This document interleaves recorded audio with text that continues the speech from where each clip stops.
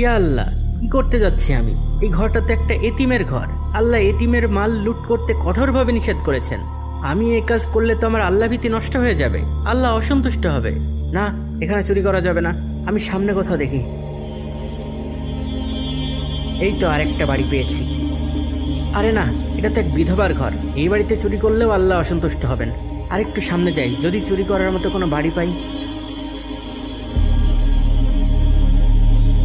আরে ওই দূরের ওই ঘরটাতে এক ব্যবসায়ীর ঘর। শামসুদ্দিন ব্যবসায়ী, এলাকায় বেশ পরিচিত। একটা মাত্র মেয়ে সন্তান আছে ওনার। ওনার বাড়িতে নিশ্চয়ই ধন সম্পদ থাকবে। হ্যাঁ, এখানে চুরি করা যেতে পারে। ব্যাগে চুরির উপকরণও রেডি আছে, ঢুকতে অসুবিধা হবে না। যাই। আরে বাড়ির ভিতর তো দেখি বেশ কয়েকটি ঘর। ধন সম্পদ কোন ঘরে আছে বুঝবো কিভাবে? জিনিসপত্র, খাতাপত্র। আরে ওই তো সিন্দুক।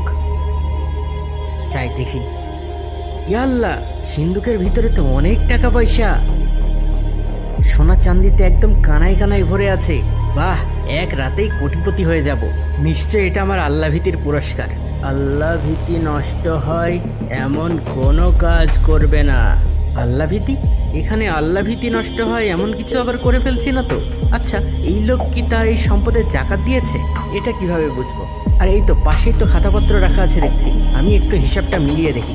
ছাত্র হিসেবে তো আমি খারাপ ছিলাম না। না, এই ব্যক্তি তো কখনো জাকাত দেয়নি। এই যে জাকাতের মাল সহ এই সম্পদ চুরি করলে তো আমার আল্লাহ ভীতি নষ্ট হয়ে যাবে। আমি বরং জাকাতের হিসাবটা আলাদা করে সেই সম্পদটা আলাদা করে রাখি, তারপরে বাকি সম্পদটা চুরি করে নিয়ে যাব। তারপর সে জাকাতের হিসাব বের করে সম্পদ আলাদা করে রাখে।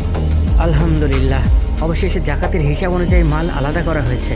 ইয়া আল্লাহ, এদিকে যে ফজরের সালাতের সময় হয়ে গেছে। একটু পরেই তো ওয়াক্ত পার হয়ে যাবে। আগে নামাজ, পরে চুরি, নয়তো আল্লাহ অসন্তুষ্ট হয়ে যাবে। ওই তো উঠানে টিউবওয়েল আছে। যাই, ওযু করে নামাজ পড়ে নি। আল্লাহু আকবার, আল্লাহু আকবার, আল্লাহু আকবার। এই কে? কি হলো? শুনতে পাচ্ছ না? এত রাতে ইকামত দিচ্ছে কি আমাদের ঘরে? কোনো জিন এলো নাকি? দাঁড়াও দেখি তো।